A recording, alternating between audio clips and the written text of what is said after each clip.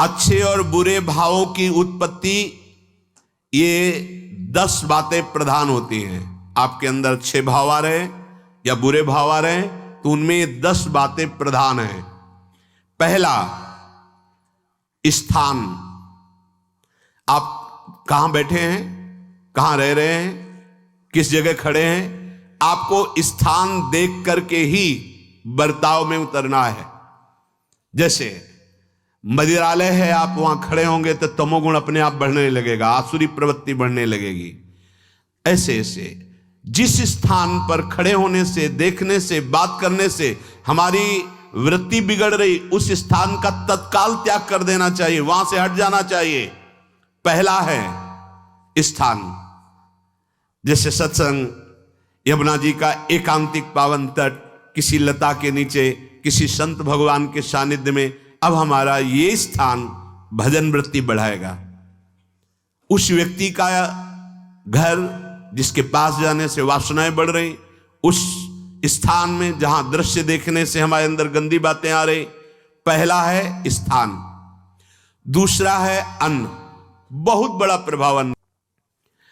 अगर अधर्म के द्वारा कमाया हुआ अन्न है तो बुद्धि अधर्म में ही लगेगी। यदि भोजन पकाते समय, रसोई रांधते समय आप विकारात्मक चिंतन कर रहे हैं तो कोई भी प्रसाद पाए उसके अंदर विकार जागृत हो जाएगा। अन्न का बहुत बड़ा प्रभाव पड़ता है। एक बार पूज्यपाद उड़िया बाबा जी महाराज अपने परिकर के साथ भ्रमण में थे तो किसी बड़े धनी मानी ने निमंत्रण दिया, महाराज आज यहीं रुको। तो बाबा ने कहा हम लोग गांव के अंदर नहीं रुकते, तो बाहर कोई वृक्षों का समुदाय, जंगल जैसा, तो उसमें वहां रुके, पर भोजन उनकी तरफ से, भोजन सबने पाया। जब सुबह हुआ तो महात्मा जन, साधक जन एक दूसरे की तरफ देखे और बोले आज तो हमको बड़ा दोष हुआ, गंदा स्वप्न आया और हमारा संयम बिगड़ गया। बोले ये तो हमको भी हुआ, जितने थे सबको हुआ। उड़िया बाबा के समीप गए, बाबा ने कहा अच्छा ऐसा हुआ, ये तो अन्न दोष है, बुलाओ सन्न पवाने वाले को, फिर चलेंगे।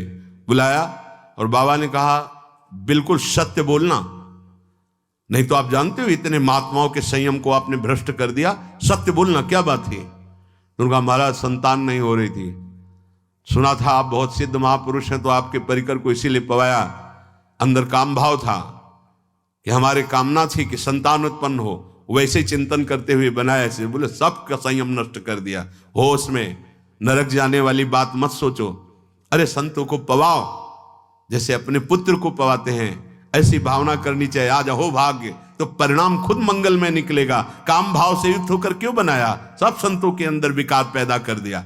अन्न का प्रभाव पड़ता है, हम जैसा अन्न पाते हैं वैसा। कई बार सुनाया है, सिद्ध महापुरुष पूज्य प्रातः स्मरण श्री बलराम दास जी महाराज झाड़ू मंडल के, यमुना के पावन तट पर ही है, रास मंडल के पास ही, वो अपने एक लता के नीचे बैठे हुए भगवत चिंतन कर रहे थे। अचानक यमुना जिस नजदीक है तो कोई माई स्नान किए हुए निकली तो नेत्रों ने देखा और विकार उत्पन्न हो गया। वयोवृद्ध सिद्ध महापुरुष, उन्होंने कहा आप तो इस शरीर को नष्ट कर दूंगा। शिष्यों ने कहा महाराज ऐसा क्यों? बोले किसी माता के शरीर को देखकर हमारे अंदर विकार क्यों आ गया? ऐसा नहीं, आज तक कभी नहीं हुआ, ऐसा क्यों हुआ? उनका महाराज आपस में सब शिष्यों ने कि कुछ ना कुछ तो खान पान में गड़बड़ी हो गई तभी ऐसा हुआ। बाबा आज परिक्रमा करते हैं वृंदावन की, बाद में आप जो आदेश करेंगे जैसा करेंगे, पहले परिक्रमा।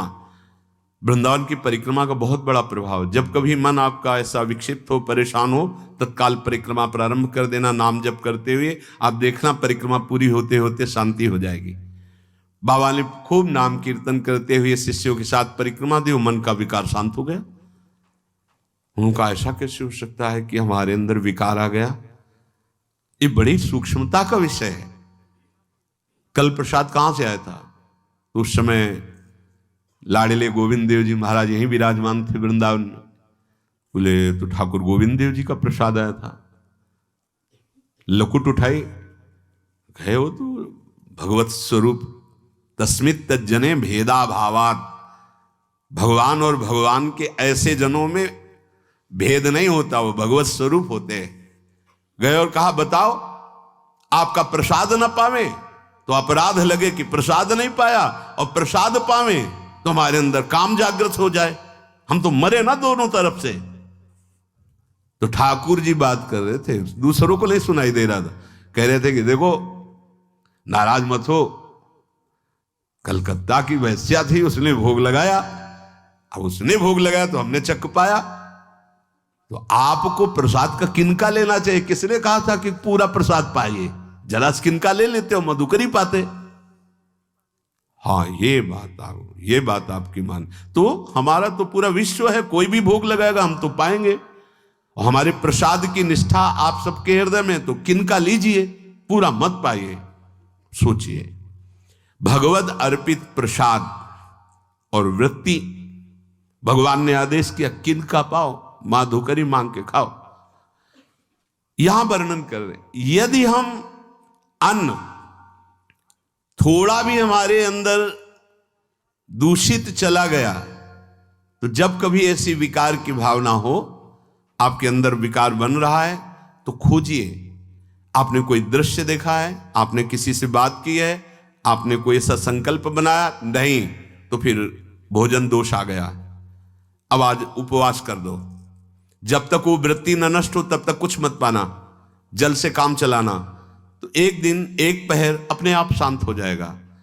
अगर बहुत विकलता हो रही तो नाम कीर्तन शुरू कर दो, भोजन मत पाना, नाम कीर्तन शुरू, बिल्कुल शांति मिल जाएगी, बिल्कुल। और ये तो उदाहरण महापुरुष इसलिए देते कि हम सावधान रहें। हमारे अच्छे भाव या बुरे भाव में ये 10 बातें बहुत प्रभाव डालती हैं। पहला स्थान, दूसरा अन्न, और तीसरा जल।